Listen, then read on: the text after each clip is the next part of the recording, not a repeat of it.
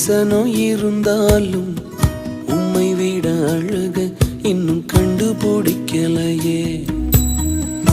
ஆயிரங்கள் பார்த்தாலும் கோடிசனம் இருந்தாலும் இயேசுவை போல் அழக இன்னும் கண்டுபிடிக்கலையே.